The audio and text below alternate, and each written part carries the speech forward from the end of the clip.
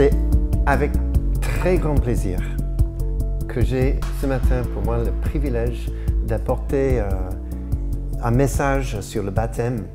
Voilà, avant qu'on plonge Chloé et Vincent sous l'eau. Donc je vais essayer d'expliquer. Donc, tout à l'heure, ils vont partager un tout petit peu de leurs histoires, leur parcours. Et puis, on les plongera dans l'eau. Mais de quoi s'agit-il? Le baptême, enfin selon la Bible. Nous allons regarder un passage dans les Actes des Apôtres, chapitre 8. Les paroles vont s'afficher sur l'écran, merci beaucoup. Je vais lire. Et après, je vais parler de deux personnes, l'évangéliste Philippe et la personne qui va se faire baptiser, l'Éthiopien. Je vais parler un peu de leur rencontre et puis quelques points d'application pour nous, je pense, nous tous. Donc, Acte 8, 26, celui qui est désert. Il se leva et est parti. Or, un eunuque éthiopien, haut fonctionnaire de Candace, la reine d'Éthiopie et administrateur de tous ses trésors, était venu à Jérusalem pour adorer. Il repartait assis sur son char et lisait le prophète Ésaïe. L'Esprit dit à Philippe, « Avance et approche-toi de ce char. » Philippe accourut et entendit l'Éthiopien lire le prophète Ésaïe. Il lui dit, « Comprends-tu ce que tu lis ?» Et l'homme répondit, « Comment le pourrais-je si personne ne me l'explique ?» Il invita Philippe à monter et à s'asseoir avec lui. Le passage de l'Écriture qu'il lisait était celui-ci. Il a été conduit comme un agneau à l'abattoir et pareil à un agneau muet devant celui qui le tend, il n'ouvre pas la bouche. Dans son humiliation, la justice lui a été refusée. Et sa génération, qui en parlera? En effet, sa vie a été supprimée de la terre. L'eunuque dit à Philippe, « Je t'en prie, de qui parle-t-il, le prophète? De lui-même ou de quelqu'un d'autre ?» Alors Philippe prit la parole et en partant de ce texte, il lui annonça la bonne nouvelle de Jésus. Comme ils continuaient leur chemin, ils arrivèrent à un point d'eau. L'eunuque dit, « Voici de l'eau. Qu'est-ce qui empêche que je ne sois baptisé ?» Et Philippe dit, « Si tu crois de tout ton cœur, cela est possible. » L'eunuque répondit, « Je crois que Jésus-Christ est le Fils de Dieu. » Il fit arrêter le char. Ils descendirent tous les deux dans l'eau et Philippe le baptisa. Quand ils sortirent de l'eau, l'Esprit du Seigneur enleva Philippe et l'eunuque ne le vit plus. Il poursuivit sa route, tout joyeux. Alors, on va regarder Philippe d'abord. Il est qui? Les Actes des Apôtres montrent que Philippe, il apparaît pour la première fois en tant que diacre, ça veut dire serviteur de l'Église. En Actes chapitre 6, il est choisi pourquoi? Parce qu'il était rempli de l'Esprit et de la sagesse. Donc là, il commence un travail, c'est un peu la distribution de la banque alimentaire envers les pauvres dans l'Église. Et puis, 2 chapitres plus tard, chapitre 8, on voit que Philippe, maintenant, il est réfugié. Pourquoi? Parce que, suite au meurtre de son ami Étienne, une grande persécution s'abat sur l'Église à Jérusalem et quasiment tous les chrétiens, y compris Philippe, s'enfuient. Diacre, puis réfugié. Et finalement, on voit Philippe en tant qu'évangéliste, parce que lui, il s'enfuit. Et il se dirige et se trouve en Samarie, pas trop loin de Jérusalem. Et là, il prêche l'évangile de Jésus. Il guérit les malades au nom de Jésus. Il chasse les démons au nom de Jésus. Et puis l'Église, ce qui reste à Jérusalem, envoie Pierre et Jean pour prier pour les nouveaux convertis, parce qu'il y en a plein. Et en priant, et en imposant les mains, l'Esprit du Seigneur vient sur les nouveaux convertis. Et la Bible dit, chapitre 8, j'aime beaucoup ce verset, il y a eu une grande joie dans la ville. Nous, en tant qu'Église, nous prions pour la ville de Paris. Est-ce qu'on prie qu'il y ait une grande joie dans la ville? Ça peut se faire si les gens se convertissent, si les malades sont guéris, si les esprits mauvais sont chassés. Donc ça, c'est Philippe. Et un jour, au milieu de ce grand réveil, je ne sais pas où il était, j'imagine un peu, assis peut-être sous un arbre en train de préparer sa prochaine prédication pour le réveil, un ange lui parle. Et l'ange lui dit, « Il faut que tu partes maintenant. » Et pour Philippe, ça a dû être absolument étrange. Quoi? Mais un réveil spectaculaire se passe ici. On est en train d'implanter la deuxième église dans l'histoire humaine. Et mon ministère est bien accueilli par les Samaritains.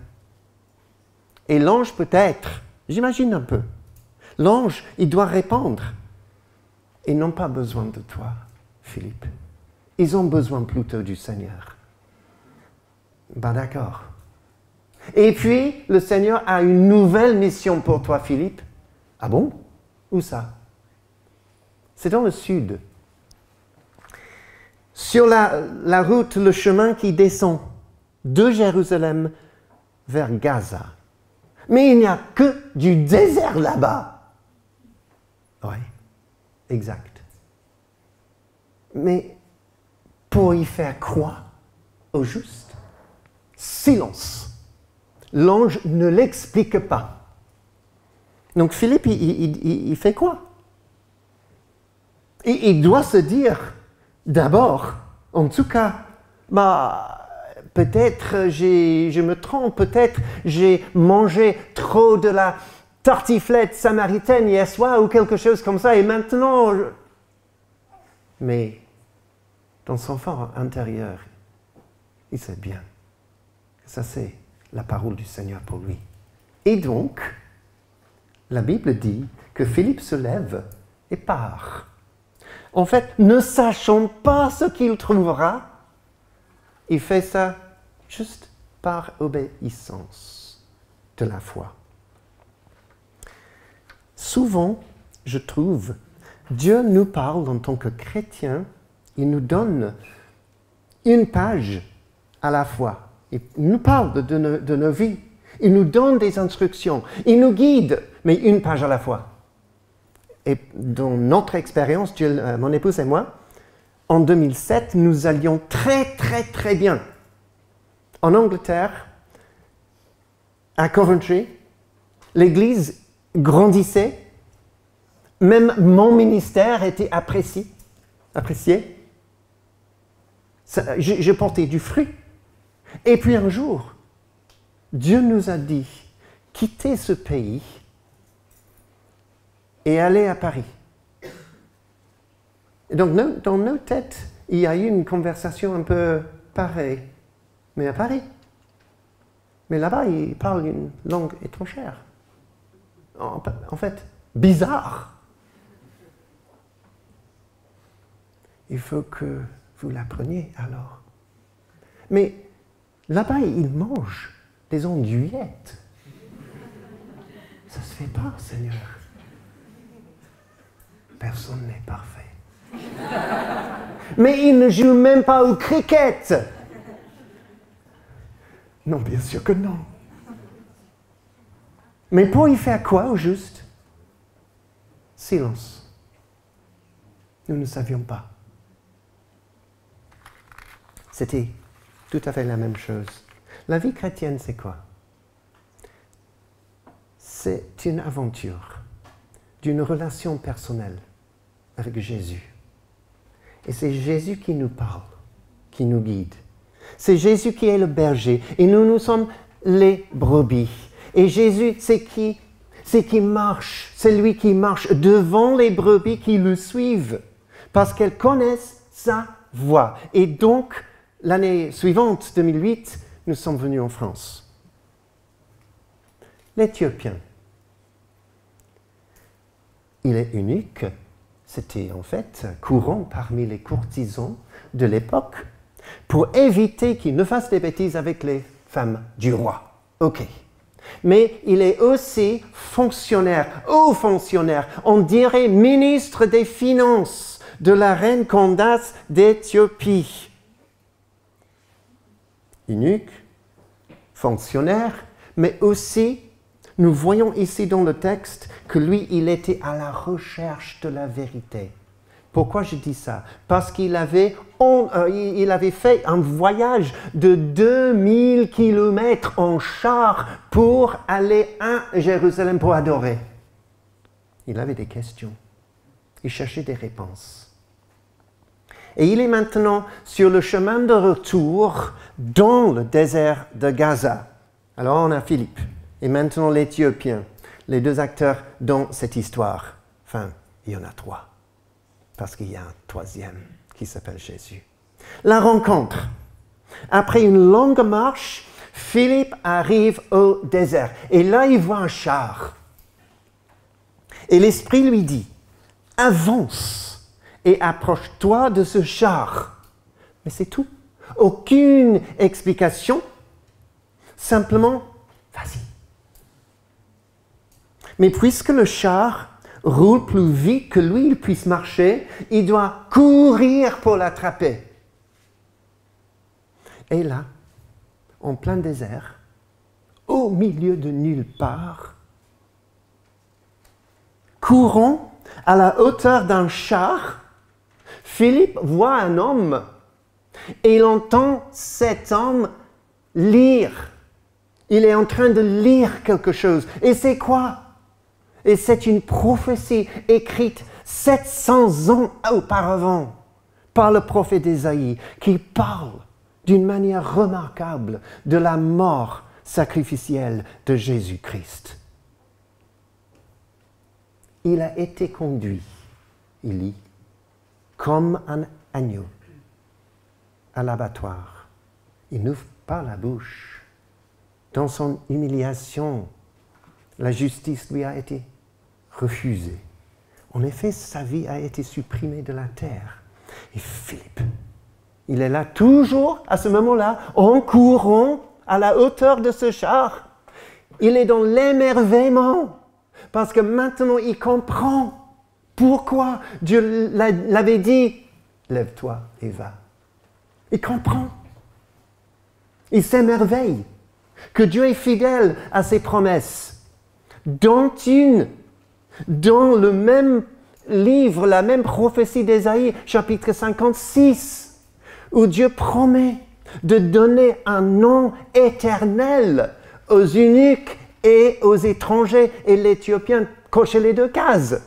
Philippe se dit, waouh Seigneur. Mais aussi, il s'émerveille parce qu'il sait maintenant que Dieu l'a choisi, lui, Philippe, pour être le porteur du message de l'Évangile à cet homme africain. Donc il lui crie, toujours en courant, « Comprends-tu ce que tu lis ?» Réponse, « Non. Comment puis-je si personne ne me l'explique ?» Toujours courant, « Je peux t'aider. » Et à ce moment-là, l'Éthiopien doit arrêter le char pour faire monter Philippe. Et puis il pose cette question énorme. Qui est cet agneau dont parle le prophète? Qui est-ce? Est-ce que c'est lui le prophète? Est-ce que c'est quelqu'un d'autre? Tu peux m'aider? Philippe, évidemment, il doit dire avec grand plaisir. Et partant de ce texte-là, il annonce la bonne nouvelle de Jésus-Christ. Donc le char reprend la route, le chemin caouteux, poussiéreux, etc. Et pendant le chemin, Philippe prêche et annonce la bonne nouvelle de Jésus. C'est-à-dire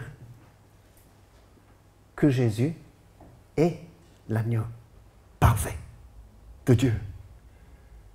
C'est lui que Dieu le Père a envoyé comme un sacrifice parfait, sans péché, innocent. Et lui, il est venu, il a vécu une vie parfaite, et puis cloué à la croix. Et là, il est mort, innocent, en prenant sur lui la colère de son Père, pas contre lui pour son péché parce qu'il n'en avait pas, mais contre nous. Il a pris notre place. C'est ça le message que Philippe a annoncé à l'Éthiopien. Et dans le même chapitre qu'il lisait, chapitre 53 d'Ésaïe, il était blessé à cause de nos péchés, brisé à cause de nos fautes. La punition qui nous donne la paix, alléluia, est tombée sur lui. Waouh! Mais pourquoi Dieu fait ça? Parce que Dieu a tellement aimé le monde qu'il a donné Jésus, son Fils unique, afin que quiconque, toi et moi, afin que quiconque croit, ne périsse point, mais qu'il ait la vie éternelle. C'est ça la raison. C'est ça la base, la fondation de cette prophétie d'Ésaïe. Et le cœur de l'Éthiopien est ouvert. Et il entend l'Évangile, et la lumière brille, et il croit. Sans guérison, ni miracle, il croit, ça y est, point final. Non, ce n'est pas le point final. Il croit et il demande le baptême. Qu'est-ce qu'on peut apprendre du baptême en partant de ce passage? J'ai 4 ou 5 choses. Première chose, le baptême n'est pas un supplément optionnel. Pourquoi je dis ça? Parce que Jésus utilise l'impératif. Allez, faites, impératif, de toutes les nations, mes disciples, les baptisons au nom du Père, au nom du Fils et au nom du Saint-Esprit. Impératif, ce n'est pas un supplément optionnel. Pierre dit la même chose, effectivement, le jour de la Pentecôte. La grande foule, il y a des voix qui se lèvent en disant « Frères, que ferons-nous face à ce Jésus ressuscité ?» Et Pierre répond en utilisant l'impératif « Repentez-vous et soyez baptisés pour le pardon de vos péchés. » Et Philippe, nous savons que lui, déjà, en Samarie, il avait baptisé les nouveaux croyants. Donc Philippe prend très au sérieux l'enseignement de Jésus et l'exemple de Pierre. Et nous savons que Philippe, il inclut maintenant le baptême dans sa présentation de l'Évangile. Pourquoi? Comment? Parce que évidemment, c'est évident. Parce que l'Éthiopien dit à un moment donné, « Ah, il y a de l'eau. Je peux être baptisé ?» Donc, il sait quelque chose déjà au sujet du baptême. Deuxième chose, donc, ce n'est pas un supplément optionnel. Deuxième chose, le baptême ne se fait pas sans la foi en Jésus. Il n'y a aucun exemple dans la Bible d'une personne baptisée qui n'avait pas la foi personnelle en Jésus-Christ. Matthieu 28, encore une fois, Jésus dit « Faites de toutes les nations mes disciples, les baptisons. » Les qui? des disciples. Donc ceux qui auront déjà cru sont ceux qui doivent se faire baptiser, pas avant la foi. Et Philippe répond à la question, voici de l'eau. Qu'est-ce qui empêche que je ne sois baptisé? Il répond, si tu crois de tout ton cœur, cela est possible. Donc pour Philippe, la foi personnelle était essentielle. Troisième chose, le baptême est une confession publique de foi. L'Éthiopien répond, je crois que Jésus-Christ est le Fils de Dieu. Donc il fait sa confession devant Philippe, évidemment, mais aussi probablement devant les personnes qui accompagnaient l'Éthiopien. Voyager seul, c'était trop dangereux. Donc forcément, il y avait un petit groupe de personnes. Mais même sans ça, c'est une confession publique. Et aujourd'hui, on va entendre Vincent et Chloé, ils vont confesser publiquement devant nous. Alléluia. C'est important. Quatrième chose. Le baptême est par immersion totale. Dans le texte, nous voyons « Ils, pluriel, descendirent tous deux dans l'eau ». Donc l'eau était profonde. Philippe le baptisa. Et puis, quand ils en sortirent, donc ce n'était pas aspersion, c'était une immersion. Et si vous faites du grec, vous savez que notre verbe baptiser en français, ça se dérive de baptizo grec et ça veut dire immerger. On fait ça, la Bible en est claire. Et la dernière chose, le baptême se fait dès que possible, après que la personne s'est repentie et a cru en Jésus. Et sans doute, quand Vincent et Chloé tout à l'heure seront, une personne à la fois, dans l'eau, on va leur poser une question importante par rapport à la repentance et par rapport à la foi. Moi, je suis devenu croyant il y a très longtemps, 1971, sans que personne ne me parle du baptême. J'avais grandi dans une église qui ne pratiquait pas le baptême des croyants bibliques. Et 7 ans plus tard, j'étais à la fac, en lisant la Bible un jour, j'ai vu que je n'avais pas été baptisé en tant que croyant. Et donc j'ai demandé le baptême, et ça s'est fait 1-2 semaines plus tard, dans la rivière Wear, à Durham, au nord de l'Angleterre, et l'eau était à 10 degrés. Et c'était l'été. Ah, voilà.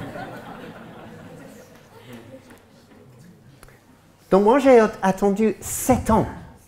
Mais la raison, c'était parce que je ne savais pas. Et il y a des personnes, moi j'en ai rencontré plusieurs, qui veulent attendre à ce qu'ils soient un peu le bon chrétien avant de se faire baptiser. Mais franchement, c'est n'importe quoi. Il ne s'agit pas d'être bon chrétien. Nous, on aime beaucoup Vincent et Chloé, mais ils ne sont pas parfaits. Enfin, je connais Vincent. Peut-être elle, si. Il ne s'agit pas d'être bon chrétien, il s'agit d'avoir la foi en Jésus-Christ. C'est ça l'essentiel. Je connais d'autres personnes qui veulent attendre à ce que toute la famille soit présente, y compris tante Viviane en Espagne. Ok, mais c'est bien d'avoir des amis présents, parce que c'est une occasion d'annoncer la bonne nouvelle et de témoigner. Mais en même temps, ce n'est pas la chose la plus importante. L'essentiel, c'est la repentance et la foi. Quand Saul, qui est devenu Paul, a été baptisé, c'était un disciple par le nom d'Ananias qui vient. Et Ananias dit à Paul, et Paul avait rencontré Jésus 3 jours avant. Il lui dit, « Maintenant, pourquoi tardes-tu » Après 3 jours. « Lève-toi, sois baptisé et lave de tes péchés en invoquant le nom du Seigneur. » Encore une fois, il me semble, c'est l'impératif. Pourquoi tardes-tu? Et peut-être, moi, je m'adresse un instant à ceux d'entre vous, celles d'entre vous qui sont déjà croyants en Jésus. Vous savez que Jésus est le Fils de Dieu. Vous le savez bien. Mais depuis la conversion, depuis le moment où vous avez cru, le baptême, comme ça, ah ben non, pas encore. Ou non, pas vraiment. Je vous défie. Lisez la Bible et demandez à Dieu, que veux-tu que je fasse? Moi, je connais la réponse. C'est un mot, baptême. Ok, on doit conclure. Que dit-il, ce texte, à ceux et celles qui ne sont pas encore croyants en Jésus?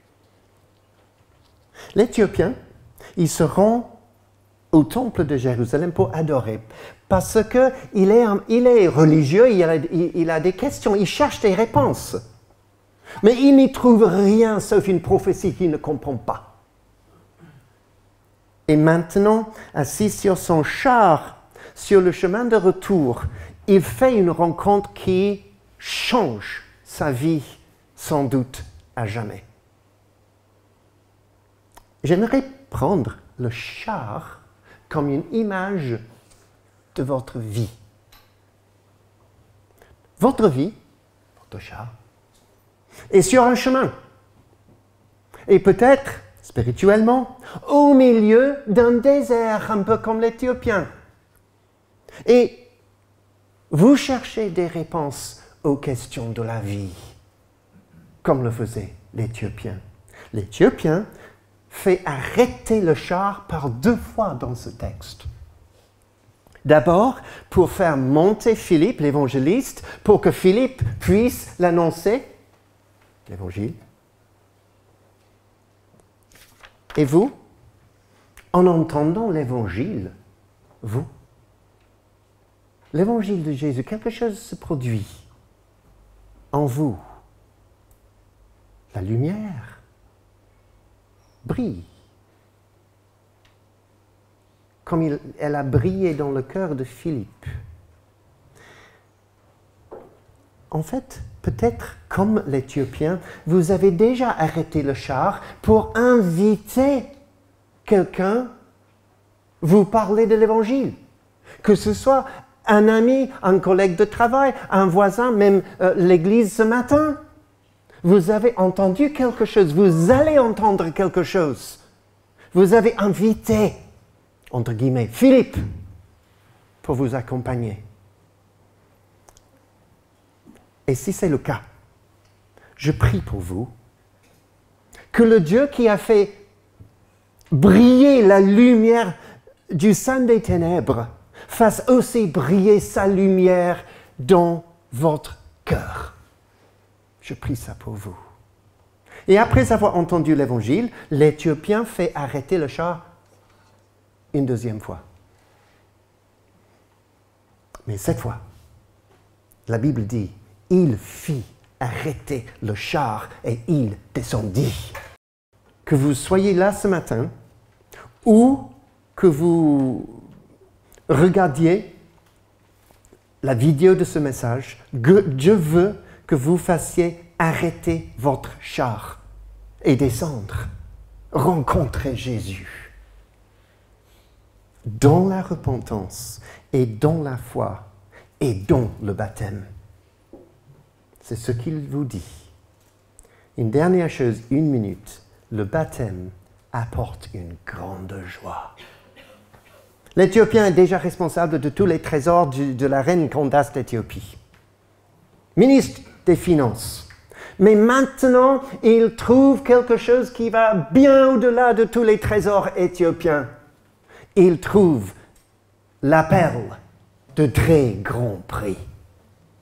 Le véritable trésor éternel du roi des rois. Le pardon de ses péchés, la vie éternelle, une relation personnelle avec Jésus. Quel trésor!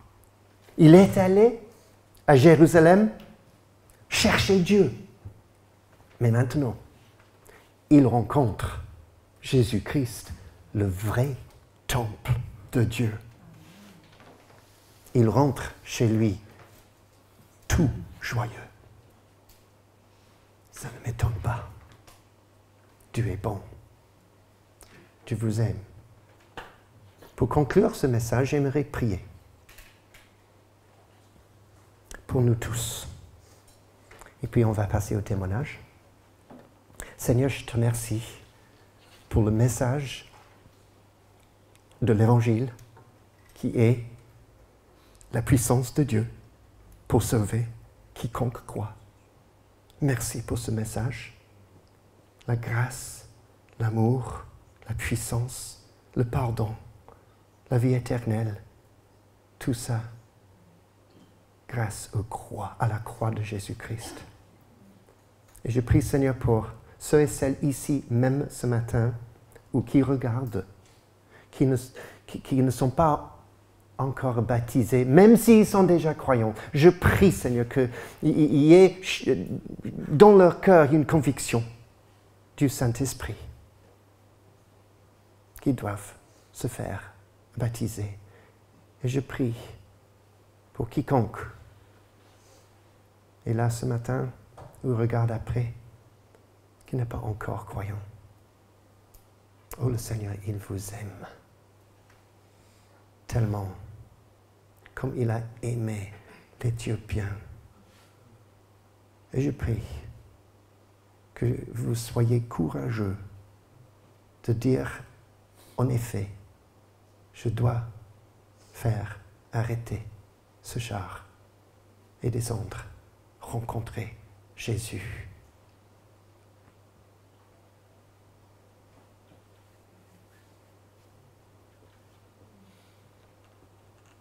Que des choses merveilleuses se passent ce matin.